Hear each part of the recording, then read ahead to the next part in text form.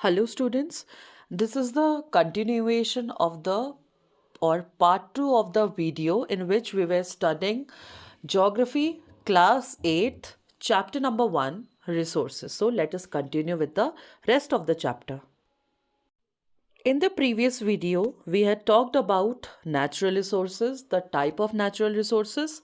Let us now move on to second type of resources which we have, which are called human made resources.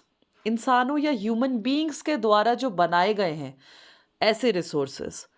Sometimes natural substances become resources only when their original form has been changed.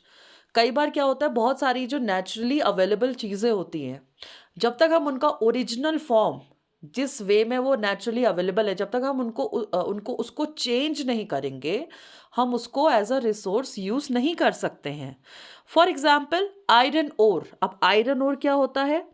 The soil, मिट्टी या rocks जिसमें आपको iron मिलता है, जिसमें iron mixed है. अब ऐसी मिट्टी को या रॉक्स को तो आप आयरन के तौर पे यूज़ नहीं कर सकते हो ना. सो फॉर दैट आप क्या करते हो, आयरन ओर को फैक्ट्रीज में ले जाते हैं. ठीक है, उससे जो प्योर आयरन मेटल है उसको एक्सट्रैक्ट किया जाता है. उसके बाद जब ये iron metal in the pure form हमको जो मिलता है, then again we use it as a resource. Now it is until and unless people learned to extract iron from the ore, हमें जब तक आया नहीं निकालना तब तक हम आयरन को भी यूज नहीं कर पाते थे as a resource.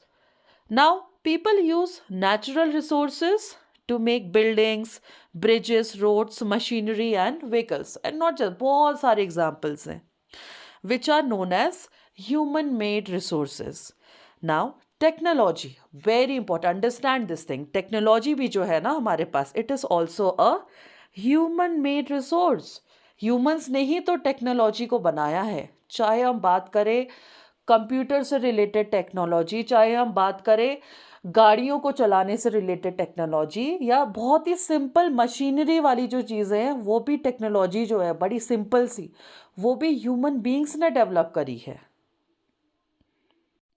In other words, it could be said that people like us, हमारे जैसे जो लोग होते हैं, we use natural resources to make human made resources. For example, जैसे जो इसका बहुत बड़ा एग्जाम्पल है, जो हाइड्रो इलेक्ट्रिसिटी में जो हाइड्रो इलेक्ट्रिसिटी जनरेट करने के लिए जो डैम्स बनाए गए हैं, मल्टी प्रोजेक्ट्स बनाए गए हैं, उसमें क्या है, जो वाटर की एनर्जी है, फ्लोइंग वाटर, जो हाइट से पानी आ रहा है, उसकी जो एनर्जी है जो नेचुरली अवेलेबल है, उसको ट्रैप करने के लिए, उस एनर्जी को एक्सट्रैक्ट करके इलेक्ट्रिसिटी जनरेट करने के लिए टेक्नोलॉजी पहले डैम्स एंड ऑल के रूप में बनाई ह्यूमन बींग्स ने. उसके बाद इलेक्ट्रिसिटी जनरेट हुई जिसको हम हाइड्रो इलेक्ट्रिसिटी कहते हैं. And today this electricity is actually used as a resource. आज इलेक्ट्रिसिटी के बिना तो हम अपना काम ही नहीं कर सकते हैं. छोटी से छोटी चीज़ भी हमारी इलेक्ट्रिसिटी या बिजली से चलती है. तो इस तरह से नेचुरल चीज़ों को बदल के रिसोर्सेस के रूप में बनाया जाता है. Now if you look at the example of human made resources, human made resources जिनको नेचुरल चीज़ों से बनाया जाता है, तो लिस्ट बहुत लंबी है. इसके कुछ एग्जांपल्स हैं, जैसे जो रबर है, रबर नेचुरली अवेलेबल होता है, उससे टायर्स बनाए जाते हैं. जो वुड है नेचुरली जो मिलती है, उससे हम फर्नीचर बनाते हैं, चेयर्स बनाते हैं, टेबल बनाते हैं. मेटल से यूटेंसिल्स बनते हैं. जो सैंड या क्ले हमें नेचुरली अवेलेबल होती है, उससे क्ले पॉट्स बनते हैं. जो कॉपर है, कि कॉपर भी जो है, कि कॉपर भी जो मेटल है ना, उसको भी बनाया जाता है एक्चुअली, नेचुरली जो अवेलेबल होता है, और उससे कॉपर बनता है. फिर मेटल से अलग अलग चीज़ें मिलती है. सो तो basically the thing is the list is very very long. और बहुत बढ़िया एग्जाम्पल जो हमारा डेली यूज़ का है इज़ पेपर. जो पल्प होता है, पेड़ों से जो पल्प निकलता है, उससे पेपर बनाया जाता है. एंड पेपर को एज अ रिसोर्स इस्तेमाल किया जाता है, बुक्स बनाने में, लिखने के काम आता है. सो इस चीज़ को ऐसे आप अंडरस्टैंड कर सकते हैं. Now moving on to human resources. We human beings ourselves are a resource. The thing is people can make the best use of nature to create more resources.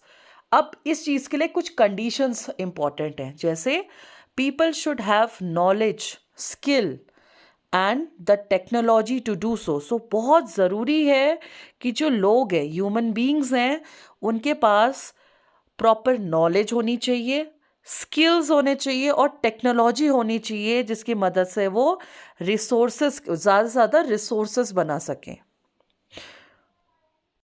अब यहाँ पे एक जो रिसोर्स जिसकी हम बात करें, इट इज़ ह्यूमन रिसोर्स.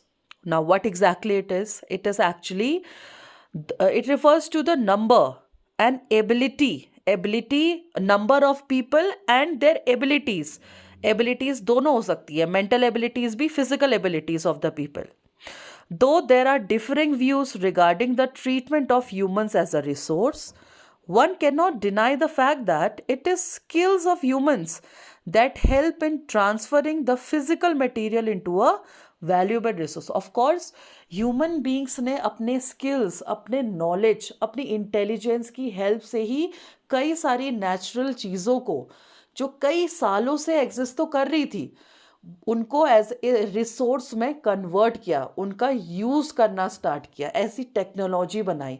तो इस वजह से ही हम जो लोग हैं, ह्यूमन बींग्स हैं, हम एक बहुत इंपॉर्टेंट रिसोर्स हैं. Now, it won't be wrong to say that human beings are a very special resource. जितने भी resources हमारे पास available हैं, उसमें सबसे special जो resource है वो human beings है. People are human resources. Very important. Education and health. Education और अच्छी health जो है, help in making people a valuable resource. किसी भी जगह के, किसी भी देश के जो लोग हैं, अगर अच्छे वेल एजुकेटेड होंगे, हेल्दी होंगे, तब जाके ही वो कुछ कर पाएंगे. उसी के बाद वो कंट्री, वो जगह डेवलप होगी. Improving the quality of people's skills so that they are able to create more resources is called human resource development. HRD, human resource development एक बहुत इम्पॉर्टेंट चीज़ है जो आज की डेट में हर जगह होता है, हर सेक्टर में होता है. आप कहीं चले जाओ, सब जगह आपको मिलेगा, क्योंकि क्वालिटी, लोगों की स्किल्स की जो क्वालिटी है ना, उसको बरकरार रखना बहुत ज़रूरी होता है. Now, if we just look at this sentence, you might have seen government spending crores of money on providing free education to the people. If we talk about India, हमारे इंडिया में तो 14 साल के बच्चों के लिए फ्री एंड कंपलसरी एजुकेशन है. क्यों सरकार इतना पैसा खर्च कर रही है? क्योंकि लोगों को एक इम्पॉर्टेंट रिसोर्स बनाने के लिए, ताकि लोग आके कुछ कर पाए, उनको एजुकेट करना बहुत ज़रूरी है. If you talk about health, very important इसका एग्जाम्पल है कोरोना. जब सब जगह लॉकडाउन हो गया, क्यों? लोगों को बचाने के लिए. It was only done to protect people, because अगर लोग ही नहीं बचेंगे तो देश कैसे चलेगा. So it's very important. इसी की इम्पोर्टेंस देखते हुए गवर्नमेंट कितने लाखों करोड़ों रुपए खर्च करती है लोगों की हेल्थ और सेफ्टी के लिए. Now moving on to a very very important topic, which is conserving resources. Just like a nightmare, और you might have seen in many movies and books, कई जगह ऐसा दिखाया गया है कि अगर हमने चीज़ों को अच्छे तरीके से प्रॉपरली यूज़ नहीं करा, लिमिटेड यूज़ नहीं करा, तो चीज़ें ख़त्म हो जाएंगी. You might have scene so many movies जिसमें फ्यूचर को दिखाया जाता है, जहाँ पे पानी नहीं है, लोग मर गए हैं, there is chaos everywhere, and it actually looks like a nightmare. Now the thing is, it's very important to understand that if we human beings are not careful, so what will happen? Even the जो renewable resources हैं, which are available to us, which are unlimitedly available to us, they will also become very very scarce. Scarce का मतलब होता है very less in quantity.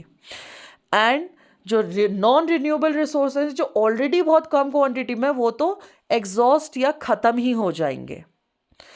Now, for that, conservation of resources comes in the highlight. Now, using resources carefully and giving them time to get renewed is called resource conservation. पहले तो आप resources को बहुत carefully use करो, उसके बाद उनको time दो रिन्यू होने के लिए, इसको बोलते हैं resource conservation. Balancing the need to use resources, अब आपको बैलेंस करना है. There should be a balance. ऐसा नहीं होना चाहिए कि आप यूज करते गए और रिसोर्सेज अल्टीमेटली खत्म हो गए. आपको यूज करना, बैलेंस करने में बहुत बैलेंस करके चलना पड़ेगा. Now balancing the need to use resources and also conserve them for future is called sustainable development. Now if we look at the meaning of the simple word sustainable, इसका मतलब actually होता क्या? It is actually use of natural products and energy in a way that it does not harm the environment. आप resources को इस तरह से use करो कि आप अपने आसपास के environment को harm नहीं कर रहे हो. And उसके अलावा and also it is a way by which you can continue to use the resources for a very long time. Basically, saving the resources for future generations also comes under sustainable development. Sustainable development today has become such an important topic that even the important organizations, international organizations of the world are actually asking the people to adopt sustainable way of life. अगर हम सिर्फ UN की बात करें, G20 की बात करें, सारे के सारे जो important organizations हैं, जितने भी countries हैं, they are talking about sustainable development. अब देखो हमारी this is a list of actually goals, sustainable development के क्या क्या goals बनाए हैं यूनाइटेड नेशंस. इसमें कुछ चीज़ें ऐसी हैं जो आपको समझ आएंगी, कुछ maybe you won't understand. जैसे नो पॉवर्टी कैसे हटाई जाए, there should be zero hunger in the world, good health कैसी लाई जाए, quality education, gender equality, clean water, peace, climate action, all these things come under sustainable development. Basically sustainable जो development होता है ना, it is a way of life जहाँ पे आप चीज़ों को safely, carefully, balanced way में लेके चल रहे हो. There are certain places on the earth जिनको हो सकता है कि God ने enough resources दिए हैं, plenty of resources हैं, बट इसका मतलब ये नहीं है कि आपके पास रिसोर्सेज है तो आप उनको ख़त्म कर दो. नो, आपको बैलेंस करके चलना है ताकि आगे जो ऐसे भी जो जगह हैं जिनके पास बिल्कुल रिसोर्सेज नहीं है उन तक वो रिसोर्सेज पहुंच सके. Today sustainable development is the only way by which we can actually protect our earth. Each individual has to start conserving the resources. Limit करना है आप कितना यूज़ कर रहे हो. For that we really need to adopt certain things जैसे recycling, reuse. All these things should be a part of our daily life.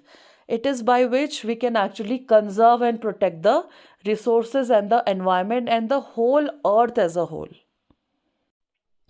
Each person needs to contribute by limiting और reducing the consumption.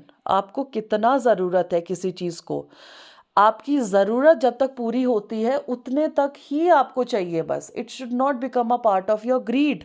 Use the resources which is able to, आपकी जितने से ज़रूरत पूरी होती है it should be enough. Resources का आपको यूज़ ऐसे नहीं करना है जी जिसमें आप ग्रीडी हो जाओ. Now so it's very important to understand that the future of our planet and its people is linked with our ability to maintain and preserve the life support. हमको बहुत ध्यान से केयरफुली रिसोर्सेज को use करना है और जो हमारी एबिलिटी है क्या हम कर पा रहे हैं, मेंटेन कर पा रहे हैं. प्रिजर्व का मतलब होता है सेव कर पा रहे हैं लाइफ सपोर्ट सिस्टम जो हमको नेचर ने प्रोवाइड करा है. कर पा रहे हैं नहीं कर पा रहे हैं अभी करेंटली प्रेजेंटली, इसी चीज़ पे डिपेंड करता है हमारा फ्यूचर कैसा होगा. Therefore it is our duty to ensure that all uses of renewable resources are sustainable. आपको sustainably यूज़ करना है रिसोर्सेज को. The diversity of life on earth is conserved. अर्थ में जो डाइवर्सिटी है अलग अलग रिसोर्सेज की उसको मेंटेन करके रखना है. The damage to natural environment system is minimize. Development के नाम पे जो हम अपने नेचुरल एनवायरनमेंट को डैमेज करना है करते हैं या हो जाता है, इट शुड बी मिनिमाइज, कम से कम होना चाहिए। Now very important, there are certain principles of sustainable development. ये प्रिंसिपल्स हैं जो आपको याद रखने हैं और फॉलो करने हैं। Respect and care for all forms of life, चाहे प्लांट्स हैं चाहे एनिमल्स हैं, आपको सबकी रिस्पेक्ट करनी है, केयर करनी है उनकी। Improve the quality of human life, quality improve करने का मतलब होता है कंजम्पशन कम से कम करके चलना। Conserve the earth's vitality and diversity, हमारी जो अर्थ की डाइवर्सिटी है, इतने सारे जीव जंतु पेड़ पौधे हैं, उन सब चीज़ों को कंजर्व करते हुए चलना है।